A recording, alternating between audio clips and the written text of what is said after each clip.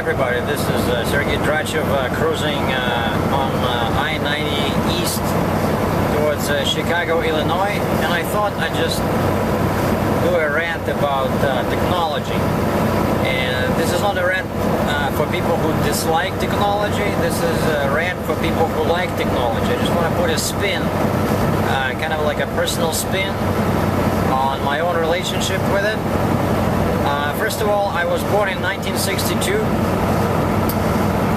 and I grew up in Russia, and the building where we lived was a 4-story apartment building with no elevator, and I never saw a cell phone until I was about 33 years old when I moved to Moscow, Russia. But I grew up in a small, relatively well, like medium-sized town in Ukraine, which then was part of the Soviet Union.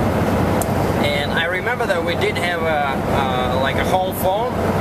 Naturally, it was a rotary phone, Russia made in Russia, and but it was not a totally personal phone because we shared that line with another apartment just next to us. So basically, it was called Sparenny Telefon, kind of like a joint phone line. So when they pick up the phone on their end, our phone went dead. So let's say if they're on the call, and at the same time I'm trying to dial something, if I pick up the receiver, there was nothing. There was like silence in the receiver, you know. So that meant that, you know, I couldn't dial out. So I had to wait and check a few times to see when the line was available. And there was no lights, nothing. You just had to stand there and pick up the phone, maybe, you know, 5-10 minutes later. So that was the phone. The phones back then, how I grew up. Like when I was a kid, another aspect of technology, music. My present for, I think I was 15 or 16. They put me a player, like you know, like a recorder. What do you call it? Like a tape recorder and player, right? It was this. It was approximately 2 feet by 1.5 feet, and the height was about I would say like 8 inches. Basically, it was a huge box. Of course, it was playing everything in mono. There was no stereo. There was just one speaker because stereo recorders were very expensive still back then. This was like 75, 76 in Russia, and the music was recorded on tapes, right? Like they might still use on some big computers.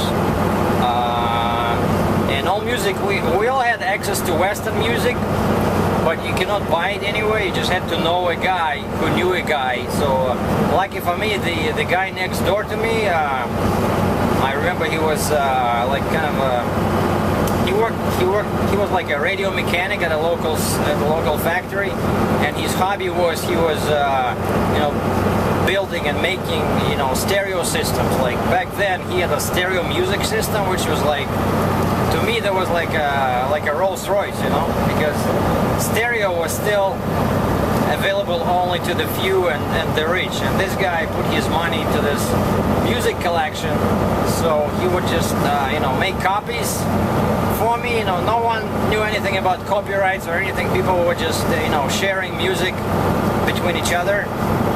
Let's say I come in with an empty tape, and you know, we record your music, then if you like something in my collection, I give you that music. This was like I said, in the 70s. And then of course later those small cassette players came on the market, which to me was like really unbelievable.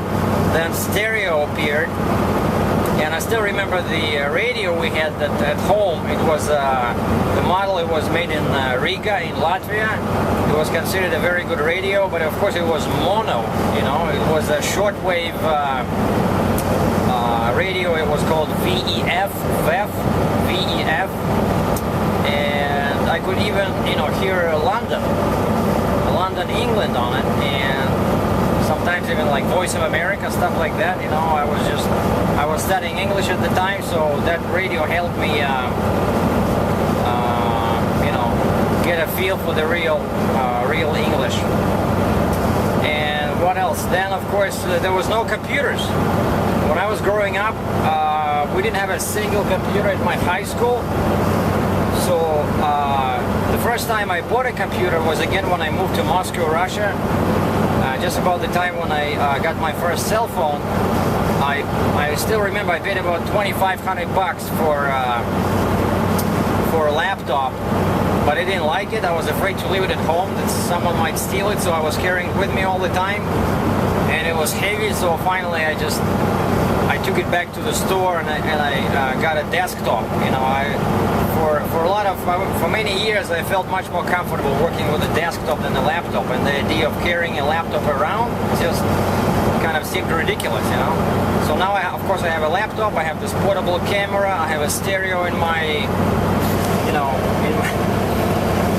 in my truck. I can have satellite radio. It's amazing how technology changed over the last 50 years.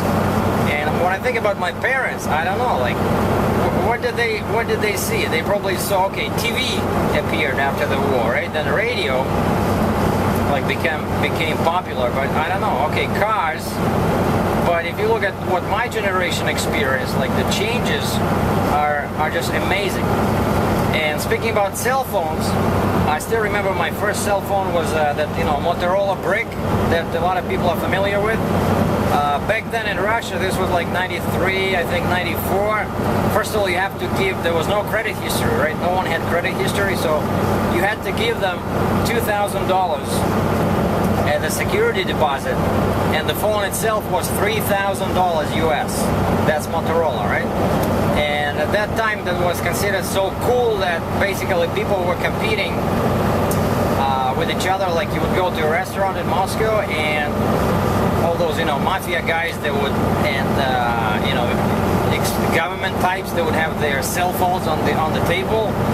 Some extremely rich people would have 2 cell phones, because of course there was no call waiting, right? So if someone is calling you on your single phone, there's no call waiting, so they would get a busy signal. So you would get, if you have 2 phones, you can talk to one guy, then hey, hold on, and talk to the other guy. I mean, it's unbelievable. And then of course there was no Skype, there was nothing. I mean, but that's the thing that I remember most. Basically, tape recorders, phones, music, and computers, and that's just a feel how I experienced the technology changes growing up in Russia. Thanks for watching. This was Sergei Drachev from Illinois, USA.